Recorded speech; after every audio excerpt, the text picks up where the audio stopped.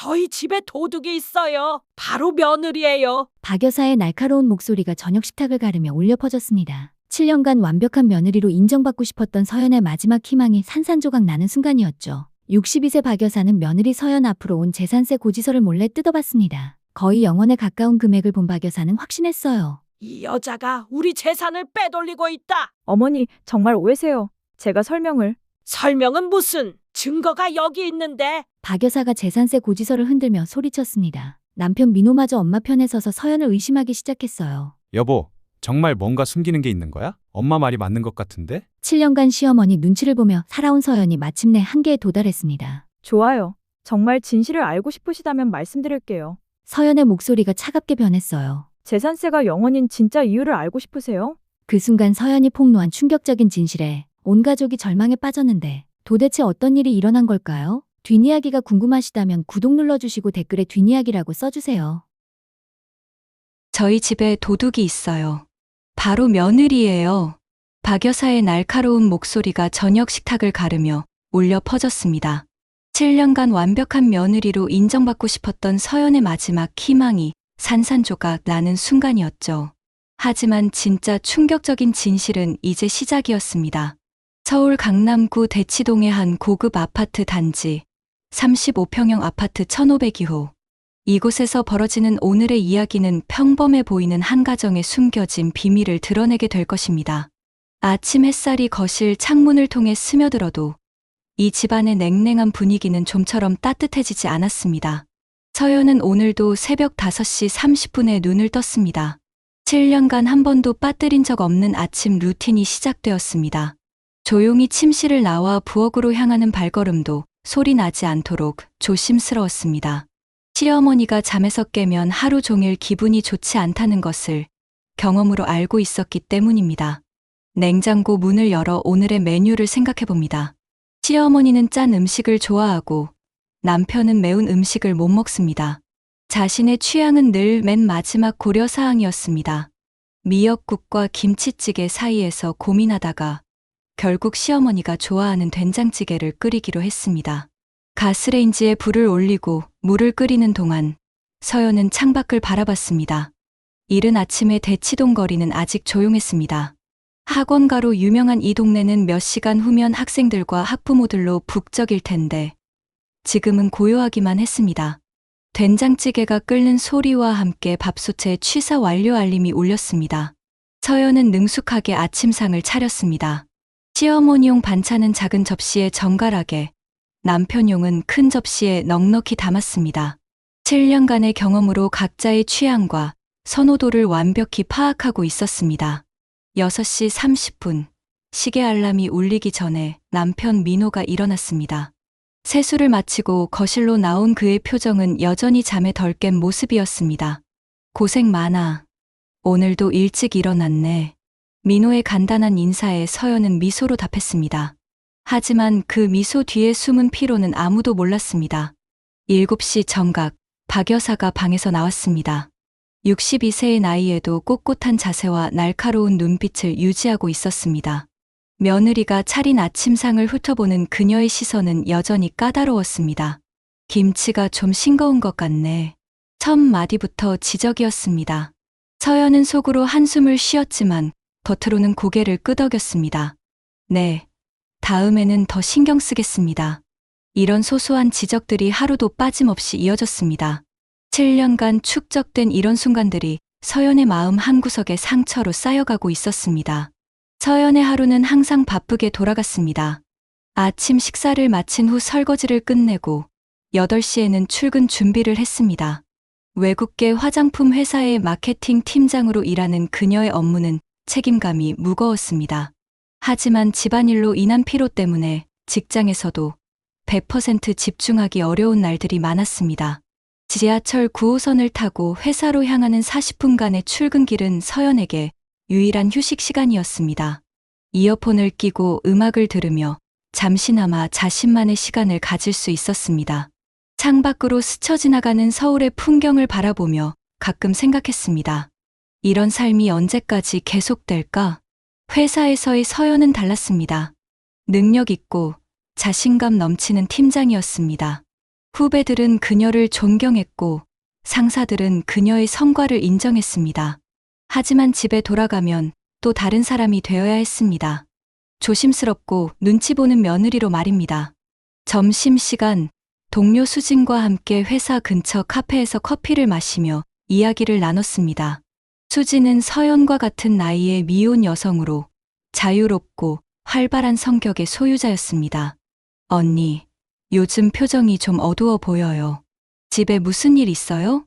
수진의 걱정스러운 질문에 서연은 잠시 망설였습니다. 가정사를 직장 동료에게 털어놓기가 쉽지 않았습니다.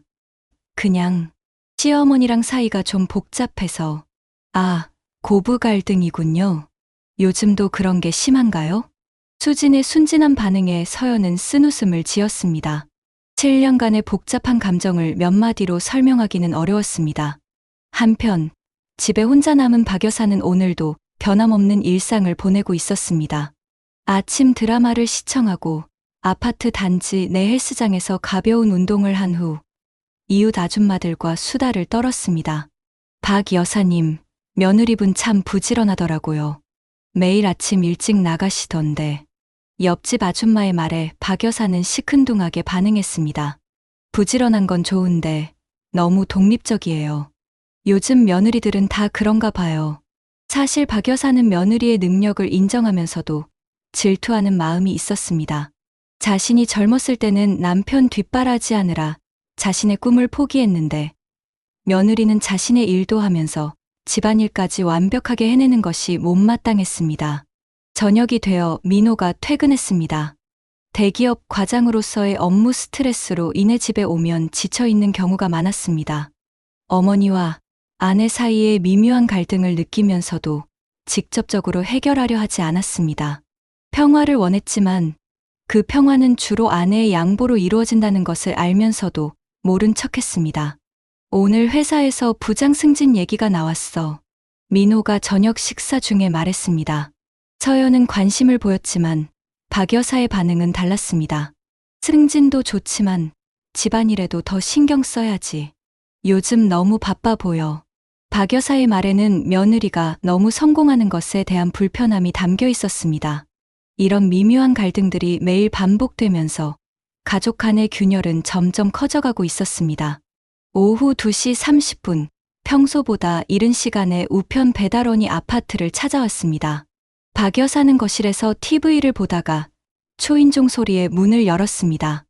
우편물을 받아든 그녀는 습관적으로 발신처를 확인했습니다. 서구청 세무과에서 보낸 재산세 고지서, 카드사에서 보낸 청구서, 보험회사 안내문 등 모든 우편물이 서연 앞으로 되어 있었습니다. 박 여사는 이런 상황이 늘 불편했습니다. 자신이 이 집의 주인이 아닌 것 같은 기분이 들었기 때문입니다. 특히 재산세 고지서를 보면서 복잡한 감정이 일었습니다. 이 집이 며느리 명의라는 사실을 다시 한번 확인하게 되었고 그것이 자존심을 상하게 했습니다. 아들이 결혼해서 사는 집인데 정작 아들 이름이 아닌 며느리 이름으로 되어 있다는 것이 못마땅했습니다. 박 여사는 우편물들을 거실 테이블 위에 내려놓고 다시 TV를 켰습니다. 하지만 집중이 되지 않았습니다. 재산세 고지서가 자꾸 눈에 들어왔습니다. 강남구 대치동 아파트의 재산세가 얼마나 나올지 궁금해졌습니다. 요즘 부동산 가격이 많이 올랐다던데 재산세도 많이 나왔을 거야. 박 여사의 머릿속에 여러 생각이 스쳤습니다. 며느리가 얼마나 많은 세금을 내는지 알고 싶었습니다. 그리고 더 나아가 이 집의 현재 시세가 궁금했습니다. 시간이 흐르면서 호기심은 점점 커졌습니다. 오후 3시, 4시가 지나도 재산세 고지서에 대한 생각이 머릿속을 떠나지 않았습니다. 결국 박 여사는 결심을 굳혔습니다. 어차피 이 집에 같이 사는 가족인데 뭐가 문제겠어? 박 여사는 재산세 고지서 봉투를 들어 올렸습니다. 겉봉투에는 서연의 이름과 주소가 또박또박 적혀 있었습니다. 잠시 망설였지만 결국 봉투를 뜯기로 했습니다. 조심스럽게 봉투를 개봉한 박 여사는 고지서 내용을 확인했습니다. 그런데 예상과 전혀 다른 금액이 적혀 있었습니다. 재산세 금액이 고작 몇만 원에 불과했습니다. 강남구 대치동 35평 아파트의 재산세치고는 말도 안 되게 적은 금액이었습니다. 박 여사는 깜짝 놀라 고지서를 다시 자세히 살펴봤습니다. 주소도 정확하고 서연의 이름도 맞았습니다. 하지만 재산세 금액은 믿기 어려울 정도로 적었습니다. 이게 뭐지? 계산 실수인가? 박 여사는 고지서를 여러 번 확인했습니다. 하지만 아무리 봐도 금액은 변하지 않았습니다. 그때 박 여사의 머릿속에 불길한 생각이 스쳤습니다. 설마 이 집을 다른 사람 명의로 옮긴 건 아니겠지? 한번 의심이 시작되자 모든 것이 의심스러워졌습니다. 며느리가 최근에 전화를 많이 받는 것도, 컴퓨터를 자주 사용하는 것도 모든 것이 수상해 보였습니다. 박 여사는 점점 확신을 갖게 되었습니다. 분명히 며느리가 뭔가 숨기고 있을 거라고 생각했습니다. 아들 몰래 재산을 다른 곳으로 빼돌리려는 계획을 세우고 있을지도 모른다는 의심이 커졌습니다. 오후 시간이 길게 느껴졌습니다. 서연이 퇴근할 때까지 기다리는 동안 박 여사의 분노는 점점 쌓여갔습니다. 7년간 며느리를 믿고 살았는데 결국 배신당한 것 같은 기분이었습니다. 재산세 고지서를 보며 분노가 치솟던 박 여사는 지난 7년간의 기억들을 떠올리기 시작했습니다. 서연과의 첫 만남부터 시작해서 결혼식, 그리고 지금까지의 모든 순간들이 새로운 시각으로 해석되기 시작했습니다. 7년 전 민호가 서연을 처음 집에 데려왔을 때를 기억했습니다. 당시 서연은 대기업에 다니는 능력 있는 여성이었고 박 여사는 아들의 선택을 자랑스러워했습니다. 하지만 동시에 며느리가 너무 독립적이고 주관이 뚜렷한 것이 조금 걱정되었습니다. 결혼 준비 과정에서 첫 번째 갈등이 시작되었습니다. 서연이 자신의 적금과 부모님의 도움으로 집을 마련하겠다고 했을 때 박 여사는 복잡한 감정을 느꼈습니다. 경제적으로는 도움이 되었지만 며느리가 집주인이 된다는 사실이 자존심을 상하게 했습니다. 그때부터 수상했어. 박 여사는 혼자 중얼거렸습니다. 결혼 후에도 집 명의를 서연 단독으로 유지한 것, 모든 공과금이 서연 명의로 나오는 것, 이 모든 것이 계획된 일 같았습니다. 신혼 시절의 기억도 떠올랐습니다. 서연은 정말 완벽한 며느리였습니다. 시어머니를 잘 모셨고 집안일도 완벽하게 해냈습니다. 하지만 박 여사는 그런 완벽함이 오히려 부담스러웠습니다. 며느리가 너무 잘하니까 자신이 쓸모없는 사람 같은 기분이 들었습니다. 특히 서연이 요리를 잘하는 것이 박 여사에게는 스트레스였습니다. 아들이 와이프 요리가 정말 맛있어 라고 할 때마다 자신의 요리 솜씨가 비교되는 것 같아 기분이 나빴습니다. 경제적인 부분도 갈등의 원인이었습니다.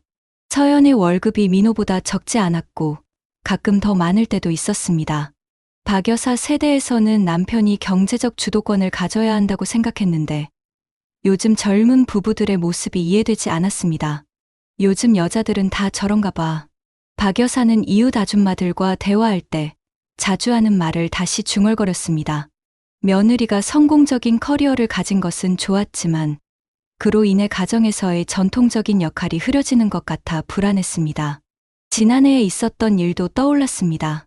서연이 회사에서 승진하면서 더 바빠졌을 때 박 여사는 불만을 표현했습니다. 집안일도 좀 더 신경 쓰지. 승진이 그렇게 중요해?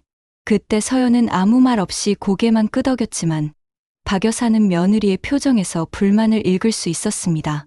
그 순간 박 여사는 느꼈습니다. 며느리가 자신을 진심으로 존중하지 않는다는 것을. 몇 달 전에는 더 심한 일도 있었습니다.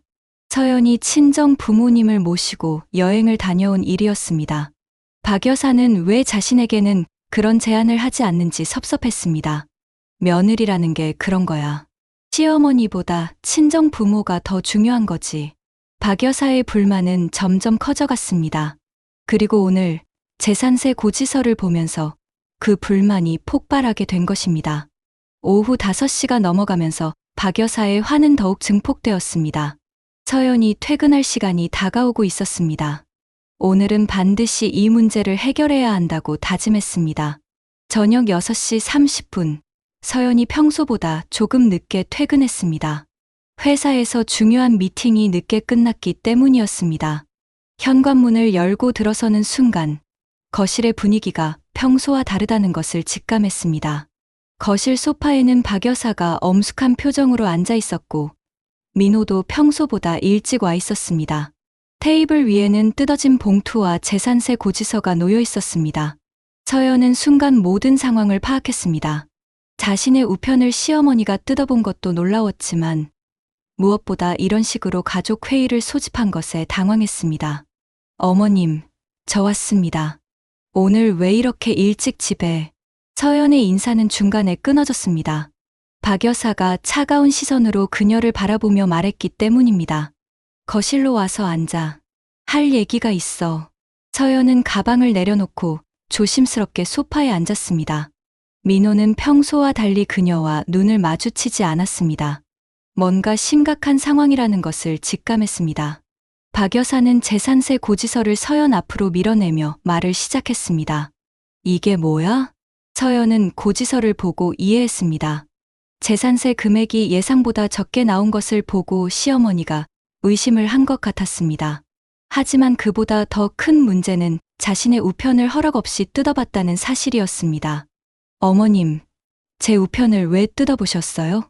서연의 질문에 박 여사는 더욱 화를 냈습니다. 내 우편이라고? 이 집은 우리 가족이 다 같이 사는 집이야. 뭐가 문제야? 서연은 할 말을 잃었습니다. 법적으로는 자신의 개인 우편을 뜯어보는 것이 문제였지만 가족 관계에서 그런 말을 하기는 어려웠습니다. 어머님, 그렇다고 해도 뭐야? 중요한 건 그게 아니야. 박 여사의 목소리가 높아졌습니다. 이웃들이 들을까봐 걱정될 정도였습니다. 이 재산세가 뭐야? 강남구 대치동 아파트 재산세가 이렇게 적을 리가 없어. 서연은 상황을 설명하려 했지만 박 여사는 들으려 하지 않았습니다. 7년간 쌓인 불만이 한꺼번에 터져나오고 있었습니다. 처음부터 수상했어. 집을 내 이름으로만 해놓고 뭔가 꿍꿍이가 있다고 생각했지. 이때 민호가 입을 열었습니다. 그는 어머니 편에 서는 것이 현명하다고 판단했습니다. 여보, 엄마 말이 맞는 것 같아. 정말 이상하긴 해. 우리 집 재산세가 이렇게 적을 리가 없잖아. 서연은 남편마저 자신을 의심한다는 사실에 충격을 받았습니다. 7년간 함께 살면서 쌓아온 신뢰가 한순간에 무너지는 기분이었습니다. 여보, 저 설명할게요. 설명은 나중에 해. 먼저 솔직히 말해. 뭔가 숨기는 게 있는 거지? 민호의 추궁에 서연은 더욱 궁지에 몰렸습니다. 진실을 말하자니 더 큰 폭풍이 일어날 것 같았고 말하지 않자니 도둑으로 몰릴 상황이었습니다. 박 여사는 서연의 침묵을 자백으로 받아들였습니다. 역시 그랬구나. 7년간 우리를 속이고 뭔가 계획을 세우고 있었어. 서연의 마지막 희망마저 무너지는 순간이었습니다. 가족들이 모두 자신을 적으로 돌린 상황에서 더 이상 착한 며느리로 살아야 할 이유를 찾을 수 없었습니다. 박 여사가 결정적인 한마디를 던졌습니다. 저희 집에 도둑이 있어요. 바로 며느리예요. 이 선언과 함께 서연의 7년간의 인내가 완전히 한계에 도달했습니다. 더 이상 참을 이유도 양보할 이유도 없었습니다. 서연의 얼굴에서 7년간 유지해왔던 온화한 표정이 사라졌습니다. 차가운 미소가 입가에 번지기 시작했습니다. 좋아요. 그렇게 진실을 알고 싶으시다면. 서연이 천천히 입을 열었습니다. 이제 모든 것을 폭로할 때가 온 것 같았습니다. 7년간 숨겨왔던 진실들이 세상에 드러날 순간이 다가오고 있었습니다. 서연은 가족들의 시선을 받으며 조용히 숨을 고르고 있었습니다. 7년간 참아왔던 모든 것들이 한순간에 무너져 내리는 기분이었습니다. 시어머니의 차가운 눈빛, 남편의 의심스러운 표정, 그리고 자신을 도둑으로 몰아세우는 상황까지 모든 것이 견딜 수 없는 한계점에 도달했습니다. 거실의 시계가 째깍째깍 소리를 내며 시간이 흘러가고 있었습니다. 오후 7시 15분, 평소라면 화목한 저녁 식사를 하고 있을 시간이었지만 오늘은 모든 것이 달랐습니다. 테이블 위에 놓인 재산세 고지서가 마치 폭탄처럼 느껴졌습니다. 박 여사의 분노는 7년간 쌓인 의심과 불신이 폭발하는 것이었습니다. 며느리가 대답하지 않는다고 생각한 그녀는 더욱 격렬하게 추궁했습니다. 왜 대답을 안 해? 숨길 게 없으면 당당하게 설명하면 되잖아. 아파트 벽이 얇다는 것을 알면서도 감정을 억제할 수 없었습니다. 민호도 어머니 편에 서서 서연을 압박하기 시작했습니다. 그는 아내보다는 어머니의 편을 드는 것이 안전하다고 판단했습니다. 여보, 정말 이상해. 우리 집 시세가 10억은 넘는데 재산세가 이렇게 적을 리가 없어. 서연은 남편의 말에 더욱 절망했습니다. 정작 진실을 알아야 할 사람이 자신을 의심하고 있었기 때문입니다. 민호가 몰래 만든 빚과 투자 실패에 대해 아직 모르고 있는 가족들 앞에서 자신만이 모든 것을 알고 있다는 사실이 무겁게 다가왔습니다. 서연은 잠시 눈을 감고 깊게 숨을 쉬었습니다. 그동안 남편을 보호하기 위해, 가정의 평화를 위해 숨겨왔던 진실들이 머릿속을 스쳐 지나갔습니다. 민호의 코인 투자 실패, 주식으로 잃은 거액의 돈, 그리고 곧 닥쳐올 차압 위기까지 모든 것이 선명하게 떠올랐습니다. 이 모든 것을 혼자 감당하며 해결책을 찾으려고 노력했던 지난 몇 달간의 고통스러운 시간들이 주마등처럼 스쳐 지나갔습니다. 은행에서 대출 상담을 받고 변호사와 상의하고 재산을 보호할 방법을 찾기 위해 밤잠을 설쳐가며 고민했던 날들이 생생했습니다. 박 여사가 마지막 통첩을 날렸습니다. 이 집에서 나가. 도둑질하는 며느리는 필요 없어. 이 순간 서연의 마지막 인내심이 완전히 끊어졌습니다. 더 이상 참을 이유도 숨길 이유도 없다고 생각했습니다.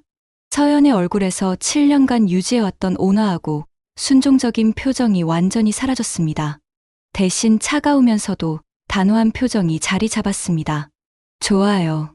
정말 진실을 알고 싶으시다면 모든 것을 말씀드리겠습니다. 서연의 변화된 목소리와 표정의 거실의 분위기가 순식간에 달라졌습니다. 박 여사와 민호는 뭔가 예상과 다른 방향으로 흘러가고 있다는 것을 직감했습니다. 며느리의 분위기가 평소와 완전히 달라진 것을 느꼈기 때문입니다. 서연은 천천히 소파에서 일어나 거실 중앙으로 걸어갔습니다. 평소에 조심스럽고 눈치 보는 모습과는 완전히 다른 당당한 자세였습니다. 7년간 숨겨왔던 진짜 자신의 모습이 드러나기 시작하는 순간이었습니다. 재산세가 왜 적게 나왔는지 정말 궁금하시죠? 서연이 재산세 고지서를 들어 올리며 말했습니다. 그녀의 목소리에는 더 이상 두려움이나 주저함이 없었습니다. 박 여사는 며느리의 급작스러운 변화에 당황했지만 여전히 자신이 우위에 있다고 생각했습니다. 그럼 설명해봐. 왜 이렇게 적게 나온 거야? 서연은 쓴웃음을 지으며 고개를 저었습니다. 그동안 이 가족을 위해 얼마나 많은 것을 희생하고 숨겨왔는지 이제야 깨닫게 해줄 때가 온 것 같았습니다. 설명하기 전에 먼저 물어볼게요. 여보, 요즘 밤에 컴퓨터로 뭘 하는지 저한테 말해줄 수 있어요? 서연의 갑작스러운 질문에 민호의 얼굴이 순식간에 굳어졌습니다. 그는 아내가 자신의 비밀을 알고 있다는 것을 직감했습니다. 뭘 말하는 거야? 민호의 목소리가 떨리기 시작했습니다. 그는 자신이 몰래 해왔던 투자 활동들이 발각될까봐 두려웠습니다. 박 여사는 아들의 당황하는 모습을 보며 의아해했습니다. 뭔가 자신이 모르는 일이 벌어지고 있다는 것을 느꼈습니다. 민호야, 뭔 얘기야? 뭘 숨기는 게 있는 거야? 서연은 박 여사의 질문에 대답하는 대신 계속해서 민호를 압박했습니다. 아니면 지난 2년간 코인 투자로 얼마를 잃었는지 말해줄래요? 민고의 얼굴이 새하얗게 변했습니다. 그는 아내가 자신의 모든 비밀을 알고 있다는 것을 깨달았습니다. 여보, 그건 나중에 둘이서 얘기하자. 하지만 서연은 물러서지 않았습니다. 7년간 참아왔던 모든 것을 이제는 폭발시킬 때가 왔다고 생각했습니다. 나중은 없어요. 지금 여기서 모든 것을 말하세요. 서연의 단호한 목소리에 거실의 분위기는 완전히 역전되기 시작했습니다. 이제 추궁당하는 쪽은 민호였고 서연이 주도권을 잡고 있었습니다. 민호의 당황하는 모습을 본 박 여사는 점점 불안해졌습니다. 며느리를 압박하려고 시작한 일이 오히려 아들의 비밀을 폭로하는 방향으로 흘러가고 있었기 때문입니다. 상황이 자신의 통제를 벗어나고 있다는 것을 느꼈습니다. 박 여사는 아들에게 직접 물었습니다. 대체 무슨 일이야? 코인이 뭐고 주식이 뭐야? 하지만 민호는 제대로 대답하지 못했습니다. 어머니에게 자신의 실패를 털어놓기가 두려웠기 때문입니다. 서연은 가족들의 혼란스러운 모습을 보며 계속해서 진실을 하나씩 드러내기 시작했습니다. 어머님께서 그렇게 궁금해 하시니까 차근차근 설명해 드릴게요. 서연이 침착하게 말하기 시작했습니다. 그녀의 목소리는 더 이상 떨리지 않았습니다. 서연은 민호가 2년 전부터 몰래 시작한 암호화폐 투자에 대해 설명하기 시작했습니다. 비트코인, 이더리움, 도지코인 등 다양한 코인에 투자했고, 처음에는 작은 돈으로 시작했지만 점점 욕심이 생겨서 대출까지 받아가며 투자하기 시작했다고 폭로했습니다. 박 여사는 아들이 대출을 받았다는 말에 충격을 받았습니다. 대출? 민호야, 대출을 받았다고? 민호는 고개를 숙인 채 대답하지 못했습니다. 어머니에게 실망을 안겨주고 싶지 않았지만 이제는 숨길 수 없는 상황이었습니다. 서연은 계속해서 사실들을 나열했습니다. 신용대출 5천만 원, 담보대출 1억 원. 모두 여보 명의로 받은 거예요. 박 여사의 얼굴이 창백해졌습니다. 아들이 이렇게 큰 돈을 빌렸다는 사실을 전혀 몰랐기 때문입니다. 서연은 주식 투자 이야기도 계속했습니다. 작년에 게임주에 몰빵했던 일을 언급하며 게임주가 폭락했을 때 손절하지 못하고 끝까지 버티다가 결국 80% 손실을 봤다고 설명했습니다. 박 여사는 점점 현실을 파악하기 시작했습니다. 며느리가 거짓말을 하고 있는 것 같지 않았기 때문입니다. 민호야, 이게 정말이야? 박 여사가 떨리는 목소리로 물었지만 민호는 여전히 고개를 들지 못했습니다. 서연은 마지막 폭탄을 던질 준비를 하고 있었습니다. 그래서 총 손실 금액이 얼마인지 아세요? 거실에 침묵이 흘렀습니다. 박 여사와 민호 모두 서연의 다음 말을 두려워하고 있었습니다. 3억 2천만 원이에요. 이 숫자가 발표되는 순간 박 여사는 주저앉을 뻔했습니다. 상상도 할 수 없는 큰 돈이었기 때문입니다. 3억이라고? 박 여사의 목소리는 거의 속삭임에 가까웠습니다. 아들이 이렇게 큰 손실을 봤다는 사실을 받아들이기 어려웠습니다. 서연은 가족들의 충격적인 반응을 보며 계속해서 진실을 드러냈습니다. 그리고 이것도 아직 끝이 아니에요. 서연은 가족들이 아직 알지 못하는 더 큰 진실이 있다는 것을 암시하기 시작했습니다. 3억 2천만 원의 손실. 그것만으로도 충분히 충격적이죠. 하지만 정말 문제는 따로 있어요. 박 여사와 민호는 더 이상 무슨 말이 나올지 두려워했습니다. 이미 감당하기 어려운 사실들이 밝혀졌는데 더 큰 문제가 있다는 것이 믿기지 않았습니다. 서연은 민호가 투자 실패를 만회하려고 마지막으로 한 일이 있다고 말했습니다. 그녀의 목소리는 여전히 차분했지만 그 안에는 깊은 실망과 배신감이 담겨 있었습니다. 대체 뭔 짓을 더 한 거야? 박 여사가 떨리는 목소리로 물었습니다. 서연은 침실로 들어가 서류 가방을 가져왔습니다. 그 안에는 지난 몇 달간 수집한 모든 증거들이 들어 있었습니다. 이걸 보세요. 서연이 은행 대출 서류와 투자 내역서들을 테이블 위에 펼쳐 놓았습니다. 서연은 이미 언급한 신용대출과 담보대출 외에 추가 대출 내역이 더 있다고 설명했습니다. 사채 대출 8천만 원. 이것도 여보가 마지막에 빌린 거예요. 박 여사는 서류들을 보며 현실을 받아들이기 시작했습니다. 모든 것이 문서로 증명되고 있었기 때문입니다. 민호는 더 이상 숨길 수 없다는 것을 깨달았습니다. 모든 증거가 아내의 손에 있었기 때문입니다. 여보, 미안해. 정말 미안해. 민호가 드디어 입을 열었습니다. 그의 목소리는 고백하는 죄인의 그것이었습니다. 엄마, 정말 죄송해요. 모든 게 제 잘못이에요. 박 여사는 아들의 고백을 들으며 현실을 받아들여야 했습니다. 며느리의 말이 모두 사실이었던 것입니다. 그래서 총 빚이 얼마야? 박 여사가 간신히 물었습니다. 원금과 이자를 합쳐서 4억 1천만 원이에요. 서연의 대답에 박 여사는 완전히 넋을 잃었습니다. 서연은 이제 가장 충격적인 진실을 공개할 때가 왔다고 생각했습니다. 그리고 이제 이 집도 곧 차압당할 예정이에요. 이 말에 박 여사는 정말로 주저앉았습니다. 살고 있는 집까지 잃을 위기라는 것이 믿기지 않았습니다. 그래서 재산세가 거의 0원에 가깝게 나온 거예요. 이미 제가 모든 재산을 사회복지재단에 기부하는 절차를 시작했거든요. 서연의 마지막 고백에 거실은 완전한 침묵에 빠졌습니다. 어머님, 이 집은 이제 당신 아들 것이 아니에요. 애초에 제 돈으로 산 제 집이었고, 이제는 곧 사회에 기부될 집이에요. 서연의 마지막 폭로가 끝나자 거실은 죽음과 같은 정적에 휩싸였습니다. 박 여사는 소파에 주저앉은 채 말을 잇지 못했고, 민호는 고개를 숙인 채 눈물을 흘리고 있었습니다. 상황은 완전히 역전되었습니다. 몇 분 전까지만 해도 서연을 도둑으로 몰아세우며 당당했던 박 여사는 이제 모든 것을 잃을 위기에 처한 절망적인 노인이 되어 있었습니다. 서연은 가족들의 충격적인 반응을 보며 7년간 숨겨왔던 마지막 이야기를 꺼내기 시작했습니다. 지난 6개월간 제가 뭘 했는지 아세요? 서연의 질문에 아무도 대답하지 못했습니다. 모두가 충격에서 벗어나지 못하고 있었기 때문입니다. 서연은 민호의 빚을 정리하고 집을 지키기 위해 모든 방법을 동원했다고 설명했습니다.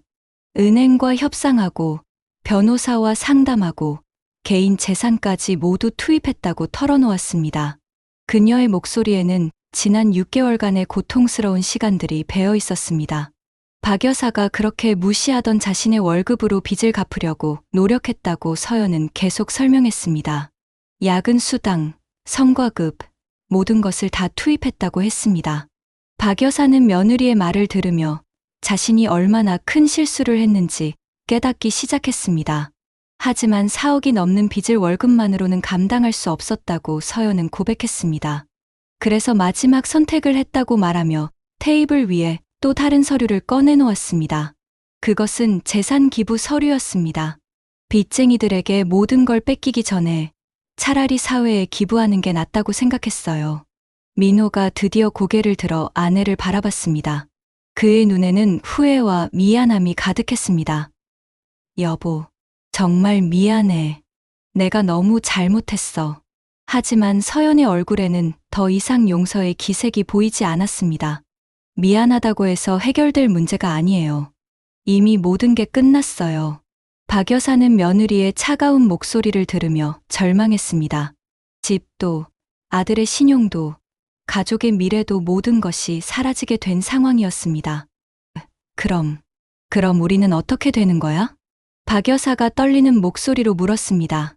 서연의 대답은 냉정했습니다. 그건 시어머니와 남편이 알아서 해결해야 할 문제라고 했습니다.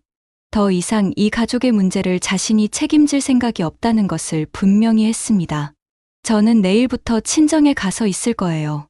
그리고 이혼 절차를 시작할 예정이고요. 서연의 마지막 선언에 민호는 완전히 무너졌습니다.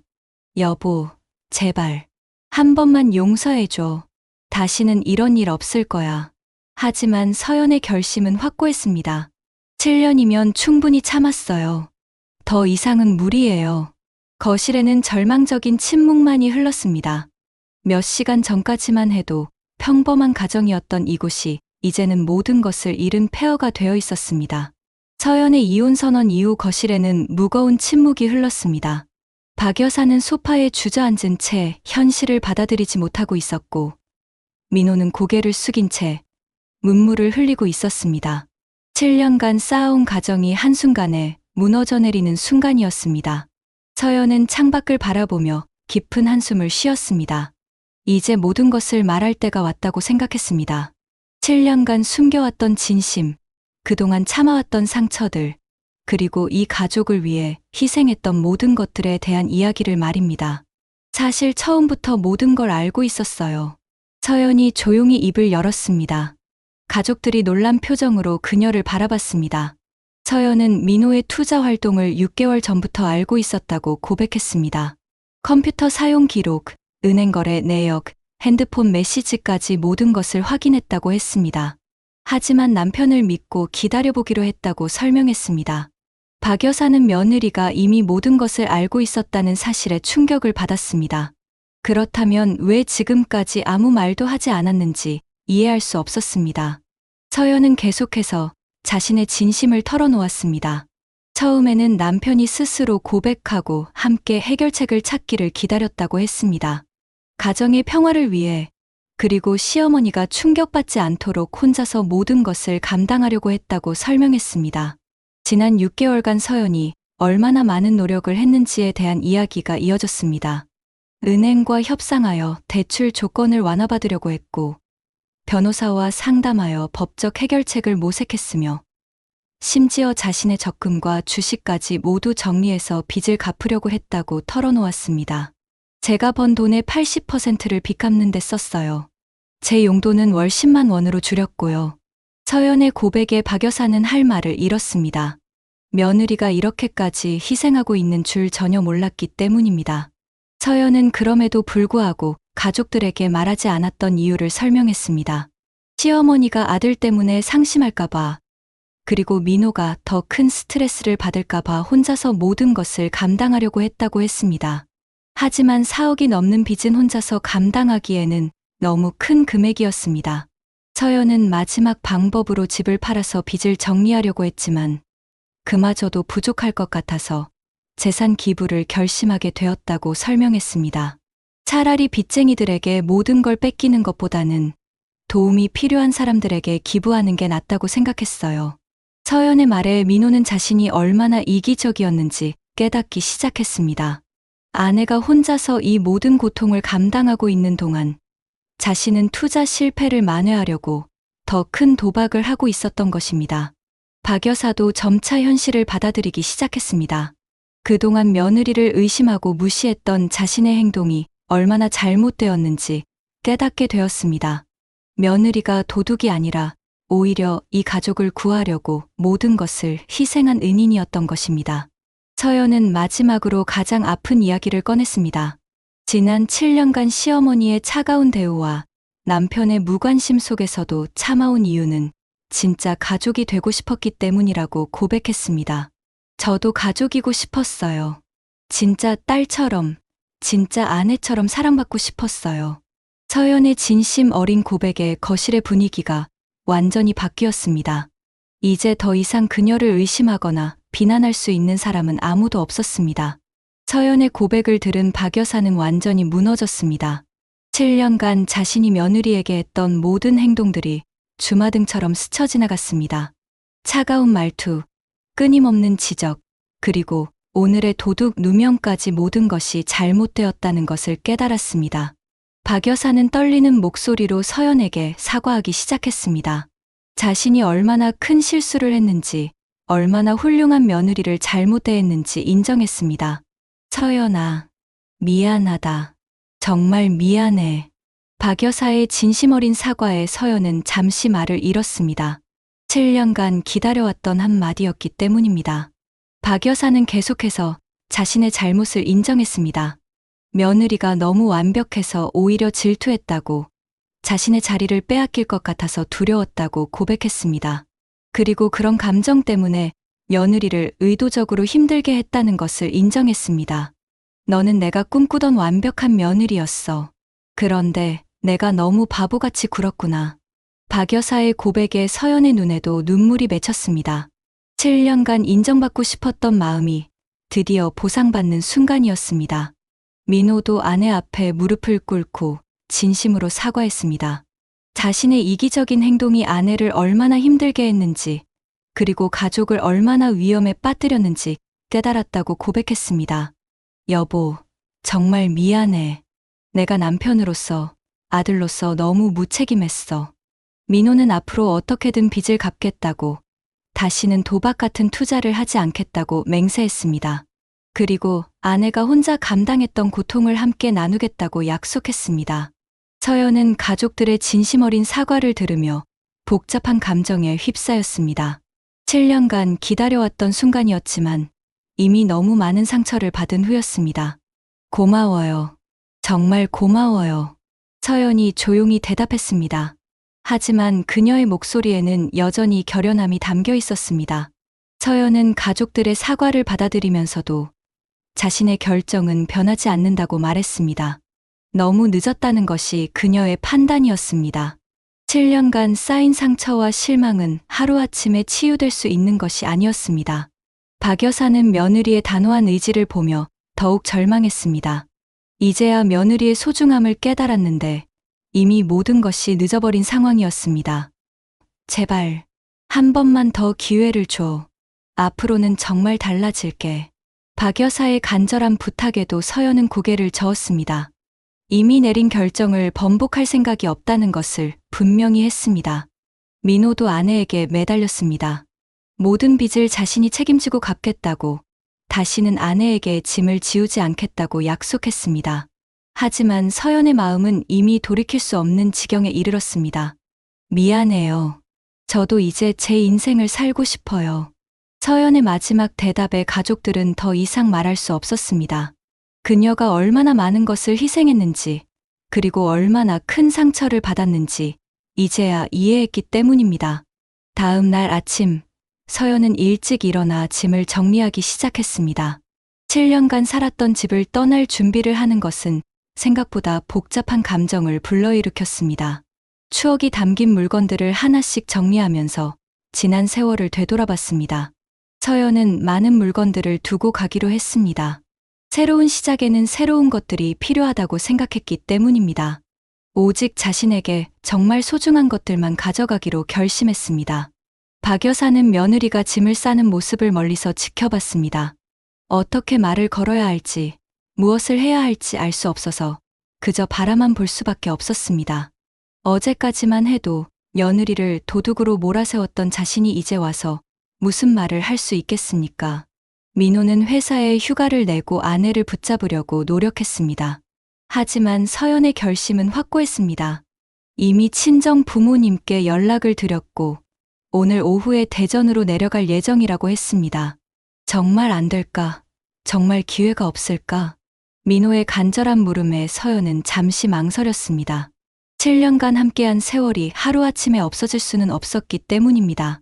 서연은 민호에게 마지막 조건을 제시했습니다. 모든 빚을 정리하고 도박 중독 치료를 받고 정말로 변화된 모습을 보여준다면 그때 다시 생각해보겠다고 했습니다. 하지만 그 과정에서 자신에게 의존하지는 말라고 당부했습니다. 이번에는 정말로 혼자 힘으로 해결해보세요. 그래야 진짜 변화했다고 말할 수 있을 거예요. 민호는 아내의 조건을 받아들였습니다. 비록 어려운 길이지만 다시 한번 기회를 얻을 수 있다는 희망이 생겼기 때문입니다. 박 여사도 며느리에게 마지막 부탁을 했습니다. 자신이 얼마나 잘못했는지 깨달았으니 언젠가는 용서해달라고 간청했습니다. 내가 정말 바보였어. 이렇게 좋은 며느리를 몰라봤구나. 박 여사의 진심 어린 후회에 서연도 마음이 흔들렸습니다. 하지만 지금은 혼자만의 시간이 필요하다고 대답했습니다. 오후 3시, 서연은 마지막으로 집을 둘러봤습니다. 7년간의 기억이 담긴 공간이었지만 이제는 새로운 출발을 위해 떠나야 할 때였습니다. 현관문을 나서면서 서연은 뒤돌아보지 않았습니다. 과거에 얽매이지 않고 앞으로 나아가겠다는 의지의 표현이었습니다. 택시가 출발하면서 서연의 새로운 인생이 시작되었습니다. 35세, 이제 진짜 자신을 위한 삶을 살아갈 시간이 온 것입니다. 3개월이 흘렀습니다. 서연은 대전에 있는 친정에서 마음의 상처를 치유하며 새로운 계획을 세우고 있었습니다. 서울의 회사는 휴직 상태였고 당분간은 부모님과 함께 지내며 앞으로의 인생을 설계하고 있었습니다. 친정 부모님은 딸의 결정을 전적으로 지지해 주었습니다. 7년간 힘들게 살았으니 이제는 자신을 위해 살라고 격려해 주었습니다. 무엇보다 딸이 건강하고 행복하기를 바란다고 말씀해 주셨습니다. 서연은 그동안 하지 못했던 많은 것들을 하며 시간을 보냈습니다. 책을 읽고 요리를 배우고 운동을 하며 자신만의 시간을 만끽했습니다. 7년간 잊고 살았던 자신의 꿈과 목표를 다시 찾아가는 시간이었습니다. 한편 서울에서는 민호가 서연과의 약속을 지키기 위해 노력하고 있었습니다. 도박 중독 치료 프로그램에 참여하고 부업을 통해 빚을 갚아나가고 있었습니다. 쉽지 않은 과정이었지만 아내를 되찾기 위해 최선을 다하고 있었습니다. 박 여사도 많은 변화를 보였습니다. 며느리가 없는 집에서 혼자 지내면서 그동안 며느리가 얼마나 많은 일을 해왔는지 깨달았습니다. 집안일부터 시작해서 가족들 챙기는 일까지 모든 것이 며느리의 손에서 이루어졌다는 것을 뒤늦게 알았습니다. 이웃들도 서연이 떠난 후에야 그녀가 얼마나 좋은 사람이었는지 이야기하기 시작했습니다. 항상 예의 바르고 친절했던 서연을 그리워하는 목소리들이 여기저기서 들려왔습니다. 그 며느리가 얼마나 좋은 사람인지 몰랐네. 시어머니가 복을 차버렸어. 이웃들의 이야기를 들으며 박 여사는 더욱 후회가 깊어졌습니다. 이제야 며느리의 진가를 알게 되었지만 이미 모든 것이 늦어버린 상황이었습니다. 재산 기부 절차도 진행되고 있었습니다. 서연이 시작한 기부 절차는 법적으로 문제없이 진행되어 집은 곧 사회복지재단에 기부될 예정이었습니다. 민호와 박 여사는 새로운 거처를 찾아야 하는 상황에 처했습니다. 그럼에도 불구하고 민호는 포기하지 않았습니다. 아내가 제시한 조건들을 하나씩 해결해 나가며 언젠가는 다시 만날 수 있을 거라는 희망을 품고 있었습니다. 어느 날 저녁, 서연에게 민호로부터 편지가 도착했습니다. 그 안에는 지난 3개월간의 변화와 노력에 대한 이야기가 담겨 있었습니다. 도박 중독 치료 과정에서 느낀 점들, 빚을 갚아가는 과정에서의 어려움, 그리고 아내에 대한 그리움과 사랑이 진솔하게 적혀 있었습니다. 서연은 편지를 읽으며 복잡한 감정에 휩싸였습니다. 민호의 진심이 느껴졌지만 아직도 상처가 완전히 아물지 않았기 때문입니다. 부모님은 딸에게 조언했습니다. 용서는 상대방을 위한 것이 아니라 자신을 위한 것이라고, 언젠가는 그 상처도 치유될 거라고 말씀해 주셨습니다. 인생은 길어.